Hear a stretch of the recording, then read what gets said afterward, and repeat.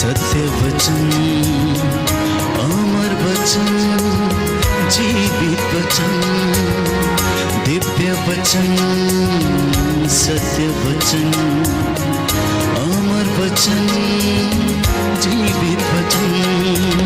साई दा बामा बनी दा बामा बगरे सा निरे सा निरे सा निरे सा निरे सा। दिव्य वचन, सत्य वचन, अमर वचन, जीवित वचन, दिव्य वचन, दिव्य वचन।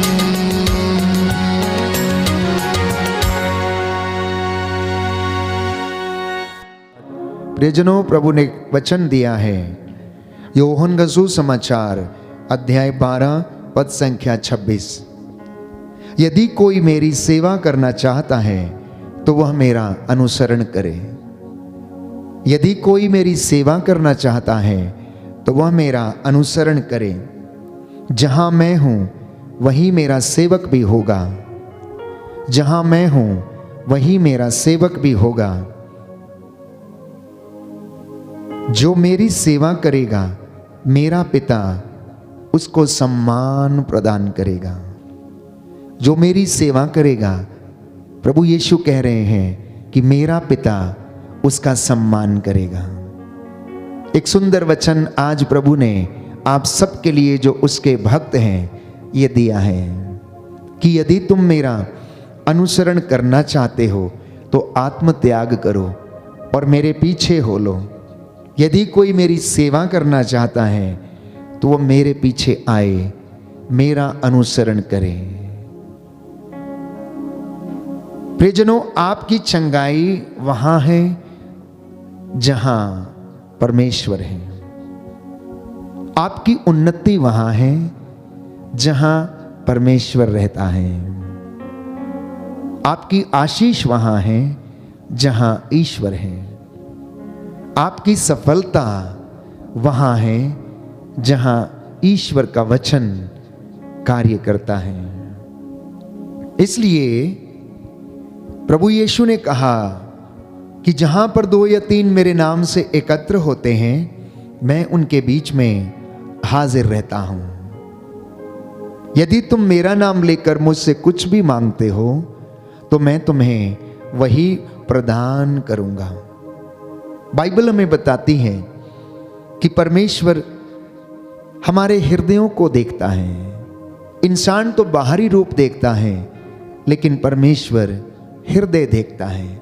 वो हमारा उत्साह देखता है, हमारा दृढ़ संकल्प देखता है, हमारी मेहनत देखता है और उसके ऊपर वो आशीर्वाद हमें प्रदान करता है।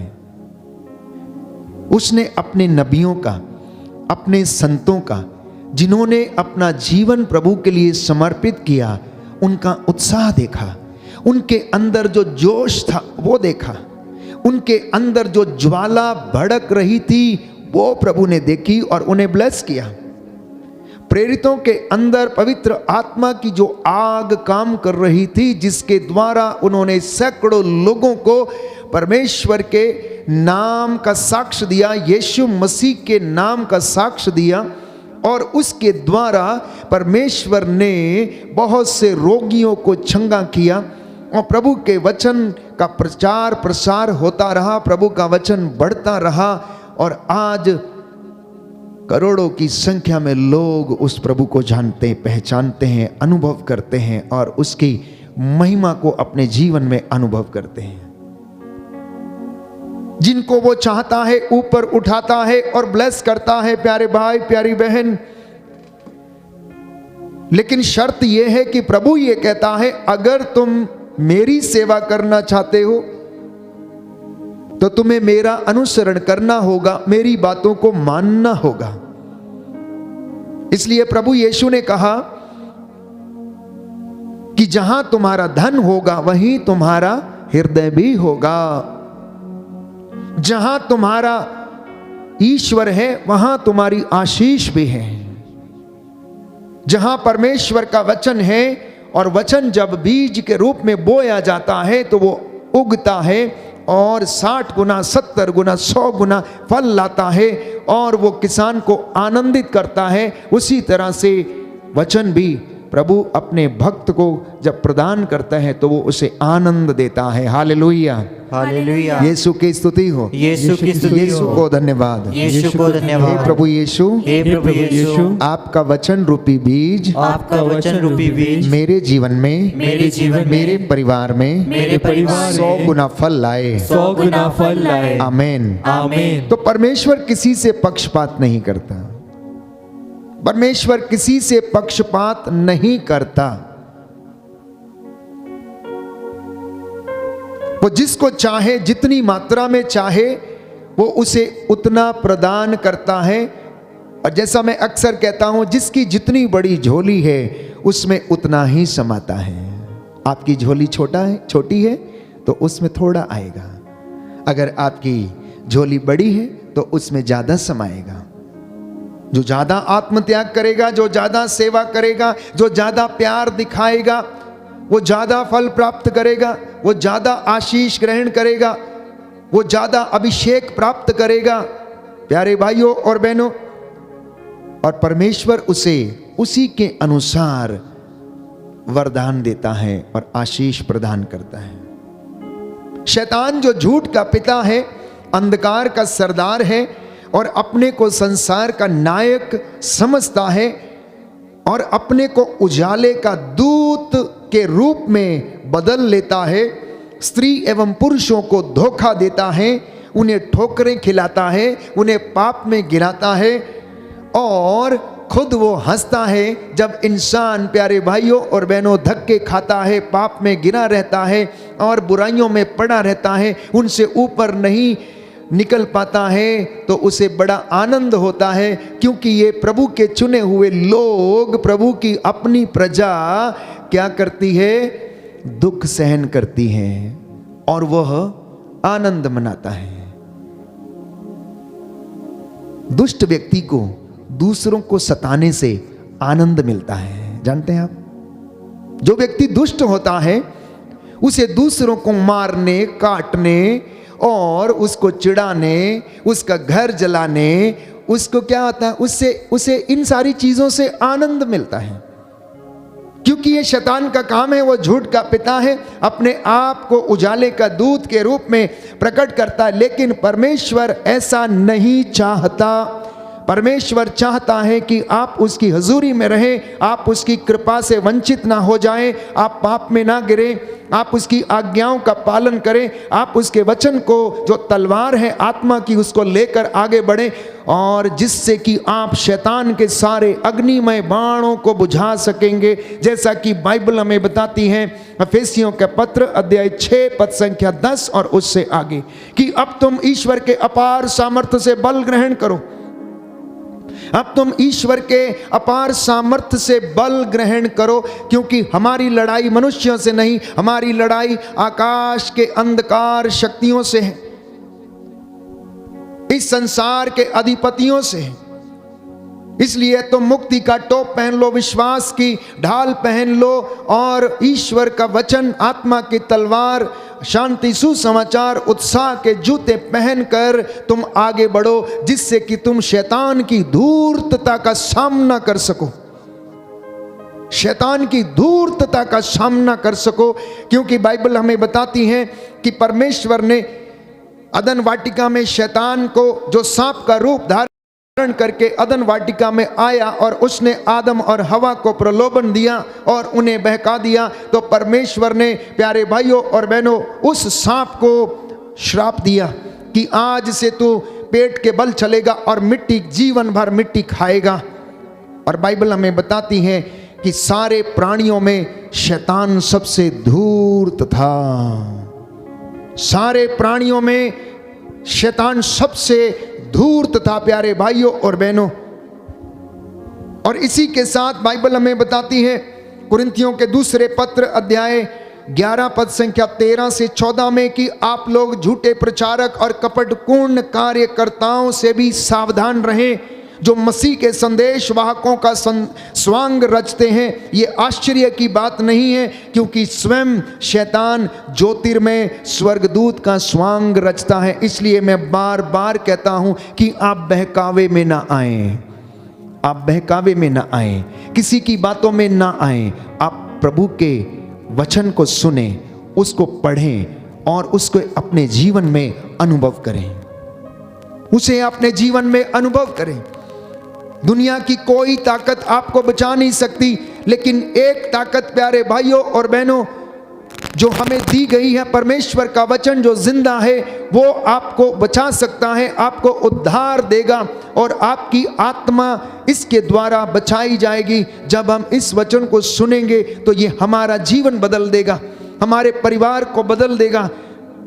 ये प्रभु आज आपसे कहना चाहता है कि तुम मेरी बातों को ध्यान पूर्वक सुनो, कान लगाकर सुनो, ये तुम्हारे शरीर को नवजीवन प्रदान करेंगी। बोलिए आमेन, आमीन, हालेलुया, हालेलुया, हालेलुया, हालेलुया। यीशु की स्तुति हो, यीशु की स्तुति यीशु हो। को धन्यवाद। यीशु को धन्यवाद। हे प्रभु यीशु, हे प्रभु मैं इस यीशु, वचन को ग्रहण करता मैं हूँ। इस वचन को ग्रहण करता हूँ। Hallelujah, hallelujah. तो इंसान का हृदय शैतान का कारखाना बन जाता है जब इंसान शैतान की बातों को सुनने लगता है, जब वो हर प्रकार के षड्यंत्र रचने लगता है, जब दूसरों को गिराने का वो प्रयास करता है, जब उसके मन में और उसके हृदय में दूसरों के प्रति बुराई, दूसरों के प्रति अनेक प्रकार की बुरी बातें, उनको गिराना, मारना, लूटना, नष्ट करना, जब ऐसी बातें इंसान के हृदय में आने लगती हैं तो वो शैतान का कारखाना बन जाता है,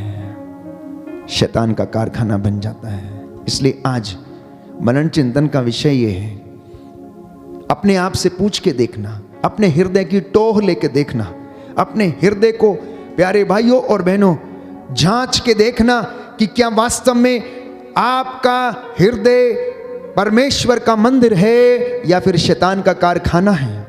दुनिया में आज ऐसे तमाम लोग हैं प्यारे भाइयों और बहनों जो किसी ना किसी रूप में ईश्वर के रास्ते से भटके हुए हैं, धर्मशास्त्र की शिक्षा से भटके हुए हैं, अपने मार्गों पर चले हुए, बुराई में फंसे हुए हैं। इसीलिए हर जगह पाप, हर जगह बुराई, हर जगह शोषण, हत्या, भ्रष्टाचारी, अनेक प्रकार की बुराइयां इस दुनिया में मौजूद हैं। हर कदम पर आपको प्यारे भाइयों और बहनों अन्याय मिलेगा। ये बातें कहां से निकलती हैं? बाइबल हमें बताती है कि मनुष्य के हृदय से निकलती हैं, मनुष्य के हृदय से निकलती हैं। इसलिए अपने हृदय की रक्षा करना, अपने हृदय को संभाल के रखना, अपने मन को संभाल कर रखना, कहीं ये अनेक प्रकार की विचारधारा से कुंठित ना हो जाए, परमेश्वर से दूर ना चला जाए। प्रभु यीशु आपको समझा रहे हैं, मेरे बेटे, मेरी बेटी, तू अपने हृदय की रक्षा करना। क्या तू नहीं जानता कि ये तेरा हृदय ईश्वर का मंदिर है, पवित्र आत्मा का मंदिर है। प्रभु कहता जो इसे नष्ट करेगा मैं उसे नष्ट कर दूंगा। इसलिए आज आप लोगों के लिए प्रभु यीशु का ये संदेश है कि मेरे बेटे और मेरी बेटियों, मेरे बच्चों, तुम अपने मन की रक्षा करो, अपने हृदय की रक्षा करो, अपनी जुबान की रक्षा करो, क्योंकि इससे श्राप और आशीर्वाद दोनों निकलते हैं। इससे श्राप और आशीर्वाद दोनों निकलते हैं। तो प्यारे भाइयों और बहनों, शैतान के बुरे विचार इंसान के मनों को खोखला बना देते हैं। मन की दृष्टि से वो अंधा हो जाता है, जिससे वह परमेश्वर की महिमा एवं प्रेम को देख नहीं पाता है। जब इंसान इन तमाम बुराइयों में फंस जाता है तो वो ईश्वर की महिमा को देख नहीं पाता है, वो ईश्वर के अच्छे कामों को देख नहीं पाता है, उसकी महिमा नहीं कर पाता है, उसके मन में बुरे विचार आते हैं। प्यारे भाइयों और बहनों, वो ना तो पहचान पाता है कि वास्तव में यीशु मारा गया, वो ये अंगीकार नहीं कर पाता कि यीशु मसीह उद्धार करता है, वो ये अंगीकार नहीं कर पाता कि यीशु उसको जीवन प्रदान करता है। तो हर मनुष्य जो अंधकार में है वो पाप करता है, वो अविश्वासी है, परमेश्वर के सामने अंधे एवं मृतक के समान है। और ऐसे लोग शैतान के राज्य में कार्य करते हैं। प्रभु यीशु इस दुनिया में आए, क्या करने के लिए आए? वो आपको और मुझे इन तमाम बुराइयों से आजाद करने के लिए आए, शैतान की गुलामी से आजाद करने के लिए आए। पिता परमेश्वर ने, बाइबल हमें बताती है, समय समय पर नबियों को भेजा। उन्होंने लोगों को प्रायश्चित का संदेश सुनाया। उन्होंने परमेश्वर के बातों को उन्हें बताया। इज़राइल के पापों को नबियों ने गिनाया। नबी होशिया ने, नबी आमोस ने, नबी हगाई ने। प्यारे भाइयों और बहनों, एक एक करके इज़राइल के पापों को परमेश्वर ने अपने इन नबियों के द्वारा गिनाया और उनसे कहा कि देखो, तुमने मेरी बातों को नहीं पहचाना है, तुमने मेरी बातों को नहीं सुना, तुम मेरे रास्ते पर नहीं चले, इसलिए अब मैं तुम पर यह विपत्ति आने दूंगा। इजरायली समाज के विरुद्ध प्यारे भाइयों और बहनों 3 प्रवचन और 3 धिक्कार जिसे हम आमोस के ग्रंथ में पढ़ते हैं, ये ना केवल इजरायली लोगों के विरुद्ध थे, परंतु जितने भी लोग इस वचन को सुनते हैं ये हमारे लिए भी उतने ही सार्थक हैं जितने कि इजरायली जनता के लिए उन दिनों में थे। तो प्रभु कहता है कि उनको सदाचार करना नहीं आता, वे तो अपने गढ़ों में हिंसा और हराम की कमाई जमा करते हैं। कहता है, मैंने तुम्हारे नगरों में अकाल भेजा और तुम्हारे सब कस्बों में तुमको मैंने भूखा छोड़ा था, फिर भी तुम मेरे पास नहीं लौटे। गेहूं अंकुरित हुआ ही था कि मैंने वर्षा बंद कर दी थी। मैंने एक नगर पर पानी बरसाया और दूसरे को उससे अछूता रखा। एक खेत पर वर्षा की और दूसरे को वर्षा ना मिलने के कारण सूखने दिया। 2-3 नगरों के लोग पीने के पानी की खोज में पड़ोस के नगरों में घूमते थे, किंतु प्यासे ही रह गए, फिर भी तुम लोग मेरे पास नहीं लौटे। ये इंसान की गति क्या दुर्गति है प्यारे भाइयों और बहनों। और परमेश्वर आज हमें फिर से याद दिलाना चाहता है कि इतनी विपत्ति, इतने कष्ट के बावजूद भी तुम मेरे पास नहीं लौटते। तुम इन परेशानियों में, तुम्हारा जीवन परेशानियों में गुजरता है, लेकिन तुम मेरे पास नहीं लौटते हो। कहता है, मैंने तुम पर मिस्र की महामारी भेजी, मैंने तुम्हारे नवयुवकों को तलवार के घाट उतरवा दिया, तुम्हारे घोड़े लुट गए, तुम्हारी छावनी में मृतकों के पड़े रहने से सड़ांध तुम्हारी नाकों में भर गई, फिर भी तुम मेरे पास नहीं लौटे। जिस प्रकार ईश्वर ने सोदोम और गोमोरा का सर्वनाश किया था, उसी प्रकार मैंने तुम पर भी विपत्ति भेजी है। तुम आग में से निकाली हुई लुआठी के जैसे बन गए थे, लेकिन तुम फिर भी मेरे पास नहीं लौटे। इसलिए हमने एक सुंदर गीत गाया था कि प्रभु हमें बुला रहा है, यीशु बुला रहा है। एक एक का नाम लेकर, आपका नाम लेकर, आपके परिवारों में आपके बच्चों का नाम ले लेकर प्रभु आपको बुला रहे हैं प्यारे भाइयों और बहनों की लौट आ मेरे बेटे, लौट आ, मैं तुझ पर दया करूंगा, मैं तुझे उन्नति प्रदान करूंगा। क्योंकि इंसान का हृदय, उसका मन शैतान का कारखाना बना हुआ है, तो इसलिए वो परमेश्वर के सामर्थ्य को, उसकी महिमा को, उसके आशीर्वादों को देख नहीं पाता है। उसकी पूरी जिंदगी भर में वो उसके महिमा के कामों को देख नहीं पाता है। बस यही कारण है कि हम उसकी महिमा से वंचित रहते हैं प्यारे भाइयों और बहनों। तो आमोस नबी इज़राइल के विरुद्ध तीसरा प्रवचन देता है अध्याय 5 में और कहता है, जीवित रहने के लिए प्रभु ईश्वर को ढूंढो। आमोस नबी का ग्रंथ अध्याय 5 पद संख्या 6। अगर तुम जीवित रहना चाहते हो तो कहता है तुम परमेश्वर को ढूंढो। ऐसा ना हो कि वह यूसुफ के घराने पर आग की तरह लपक आए, जो उसे भस्म कर डालेगी और जिसे बेतेल में कोई भी बुझा नहीं सकेगा। कहीं ऐसा ना हो कि तुम परमेश्वर से दूर चले जाओ और वो तुम पर से अपना हाथ पीछे खींच ले और तुम नष्ट हो जाओ। प्यारे भाइयों और बहनों, पवित्र बाइबल के वचन खरे हैं, खरे हैं। उसकी एक एक मात्रा, एक एक बिंदु प्रभु यीशु ने कहा पूरा हुए बिना नहीं टलेगा। इसलिए प्रभु के भक्त होने के नाते जब हम उसकी आराधना करते हैं, स्तुति करते हैं, तो समर्पण हमारे जीवन की सबसे अच्छी आदत बननी चाहिए। अपने परिवार को समर्पित करना, बच्चों को समर्पित करना। हमारे जीवन में हो सकता है आज कुछ काम हुए हैं, कुछ नहीं हुए हैं। प्रभु कहता है चिंता क्यों करते हो, मैं तुम्हारी चिंता करता हूं। इन गौरैयों को देखो, इन चिड़ियों को देखो, ये ना तो बोते हैं ना काटते हैं, लेकिन फिर भी ईश्वर उन्हें क्या करता है, खाना खिलाता है। ना तो वो बटोरते हैं, ना उनके बखार हैं, ना वो जमा करते हैं, लेकिन एक भी भूखा नहीं रहता है। ऐसा विश्वास प्यारे भाइयों और बहनों कलीसिया में और विश्वासियों के जीवन में होना चाहिए। इसलिए मैंने आपके लिए वचन पढ़ा था कि प्रभु ये कह रहे हैं कि अगर तुम मेरी सेवा करना चाहते हो तो मेरा अनुसरण करो, जैसा मैंने किया वैसे तुम भी एक दूसरे के साथ करो। Hallelujah, hallelujah, hallelujah, hallelujah. यीशु की स्तुति हो, यीशु की स्तुति यीशु हो, का धन्यवाद, यीशु को यीशु की धन्यवाद, आराधना हो, यीशु की आराधना यीशु हो, की महिमा हो, यीशु की महिमा यीशु को हो, धन्यवाद। यीशु को धन्यवाद। अब आप पूछेंगे कि हम कैसे अनुसरण करें, प्रभु हम कैसे आपके पीछे आएं, प्रभु हम क्या करें। हम कर तो रहे हैं, उपवास भी करते हैं, प्रार्थना भी करते हैं, दशमांश भी देते हैं, सेवा भी करते हैं, चर्च की सफाई भी करते हैं, बीसीसी ग्रुप में प्रार्थना भी करते हैं। प्रभु हम सब कुछ तो कर रहे हैं। कहता है एक बात की कमी है तेरे जीवन में, मैं जानता हूं कि तू सब ये काम करता है, कर रही है, एक बात की कमी है और वो ये है कि तेरा आचरण संसार के आचरण के जैसा है।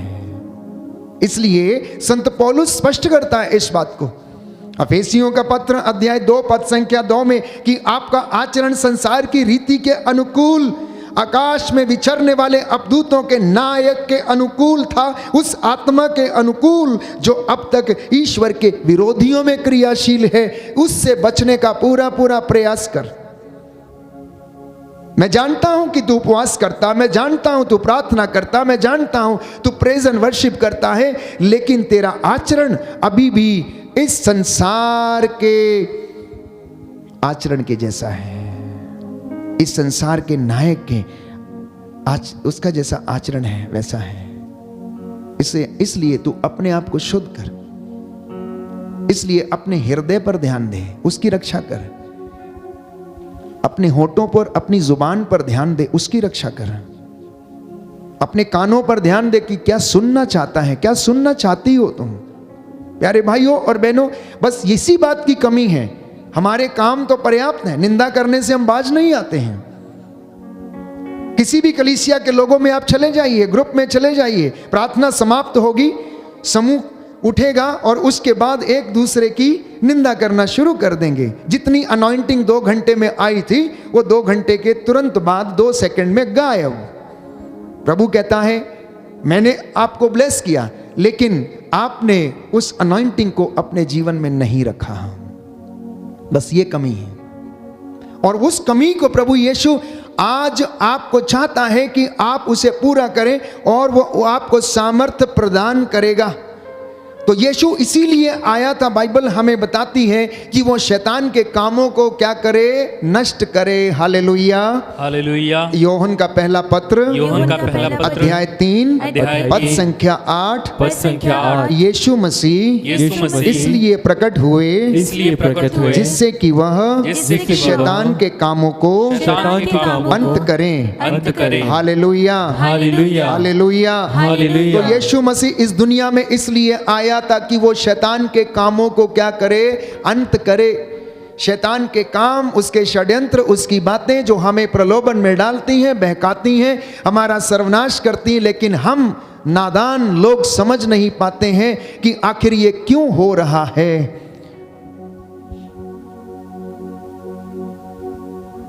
इसीलिए हमारा जीवन नष्ट होने लगता है, हमारे जीवन में कष्ट आने लगते हैं। तो बाइबल हमें बताती है कि आप लोग परमेश्वर के अधीन हो जाओ, आप लोग परमेश्वर के अधीन हो जाओ और शैतान का सामना करो तो वह तुम्हारे पास से भाग जाएगा, ऐसे नहीं भागेगा। जब तक आप पवित्र आत्मा के अधीन नहीं हैं, जब तक आपके हाथ में पवित्र आत्मा की तलवार ईश्वर का वचन नहीं है, वो आपके सामने से नहीं भागेगा। परमेश्वर के निकट आओ और वह तुम्हारे निकट आएगा और वह तुम्हें बचाएगा। शांति का परमेश्वर, बाइबल कहती है, शीघ्र ही शैतान को तुम्हारे पैरों के नीचे कुचल देगा। यह परमेश्वर का वादा है, यह परमेश्वर का वादा है। लेकिन हमारे हृदय के कारखाने में तो काम ही बड़े अजीबोगरीब होते हैं और इसलिए हम अपनी ही दुनिया में रहते हैं।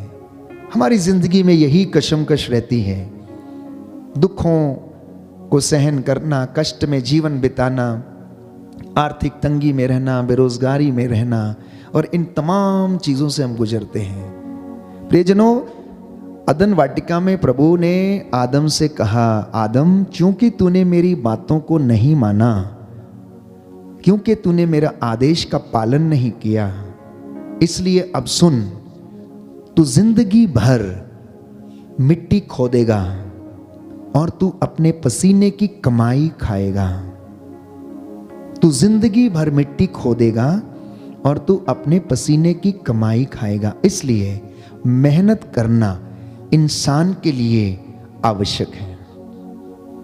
जब तक वो मेहनत नहीं करेगा, उसके जीवन में उन्नति और आशीर्वाद नहीं आएगा। कोई भी व्यक्ति हो,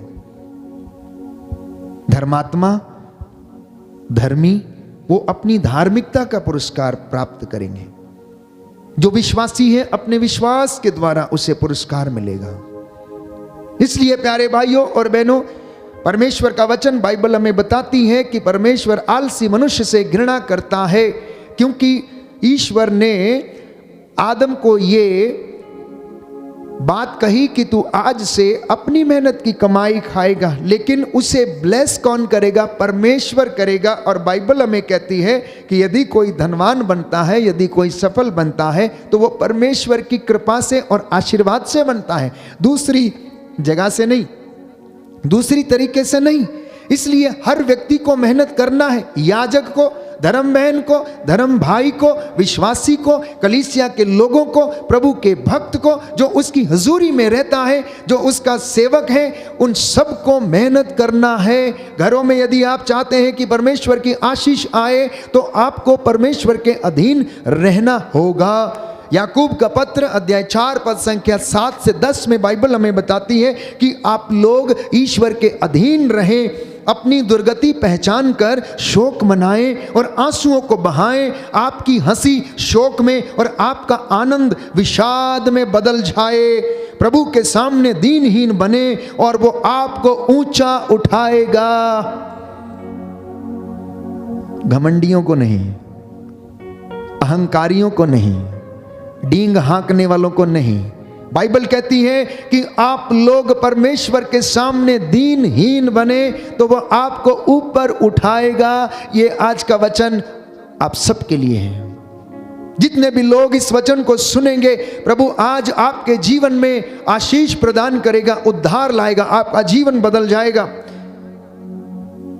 दाहिना हाथ उठाकर इस वचन को मेरे पीछे दोहराइए। याकूब का पत्र अध्याय 4 पद संख्या 7 से 10। प्रभु का वचन कहता है, आप लोग ईश्वर के अधीन रहें, अपनी दुर्गति पहचान कर शोक मनाएं और आंसू बहाएं। आपकी हंसी शोक में और आपका आनंद विषाद में बदल जाए।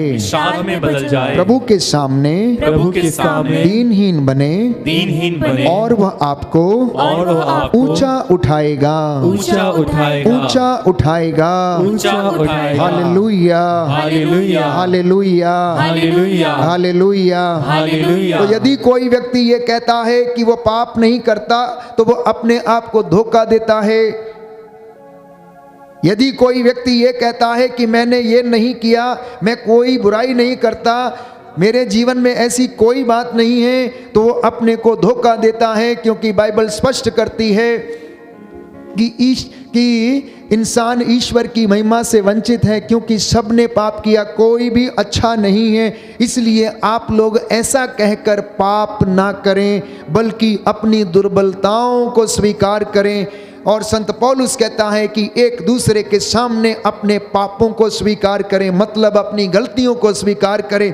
घरों में परेशानियां होती हैं, लड़ाई झगड़े होते हैं, मन मुटाव होते हैं, आपसी वाद विवाद हो जाते हैं। सूरज डूबने से पहले एक दूसरे से कहे, आई एम सॉरी, मैं तुम्हें क्षमा करता हूं, मुझे भी क्षमा करो। आओ हम बैठे प्रार्थना करें और प्रभु आपको ब्लेस करेगा, क्योंकि आपकी आशीष, मैंने कहा, वहां है जहां परमेश्वर है, और परमेश्वर वहां है जहां पर 2 या 3 उसके नाम से एकत्र होते हैं। परमेश्वर वहां है जिस घर में प्रेम है। परमेश्वर वहां है जिस पति पत्नी के बीच में आपसी सामंजस्य है, आपसी प्रेम है। परमेश्वर वहां रहता है। बाइबल स्पष्ट करती योहन के पहले पत्र में कि जहां पर प्रेम नहीं है वहां पर ईश्वर नहीं है, क्योंकि ईश्वर प्रेम है, ईश्वर सत्य है, और जहां पर सत्य नहीं है परमेश्वर वहां पर नहीं है। इसलिए बाइबल स्पष्ट करती है इस बात को भी कि इस दुनिया में कोई भी न्याय के साथ कोर्ट कचहरियों के केसेस को नहीं लड़ता,